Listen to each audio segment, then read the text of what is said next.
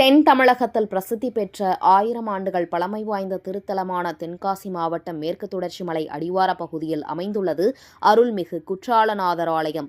ஆண்டுதோறும் சித்திரை விசு திருவிழா, ஐப்பசி திருக்கல்யாண திருவிழா, மார்கழி திருவாதிரை, ஆருத்ரா தரிசனம் திருவிழாக்கள் 10 நாட்கள் ஆண்டுதோறும் வெகு விமரிசையாக நடத்தப்படுவது வழக்கம்.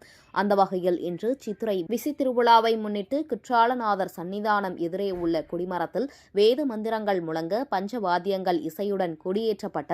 தொடர்ந்து கொடிமரத்திற்கு மாப்பொடி, மஞ்சள் பொடி, சந்தனம், குங்குமம், ஜவ்வாது, பால், தயிர், இளநீர் உள்ளிட்ட 16 வகையான மூலிகை பொருட்களால் சிறப்பு அபிஷேகங்கள் செய்யப்பட்டு தீபாராதனைகள் காண்பிக்கப்பட்டது.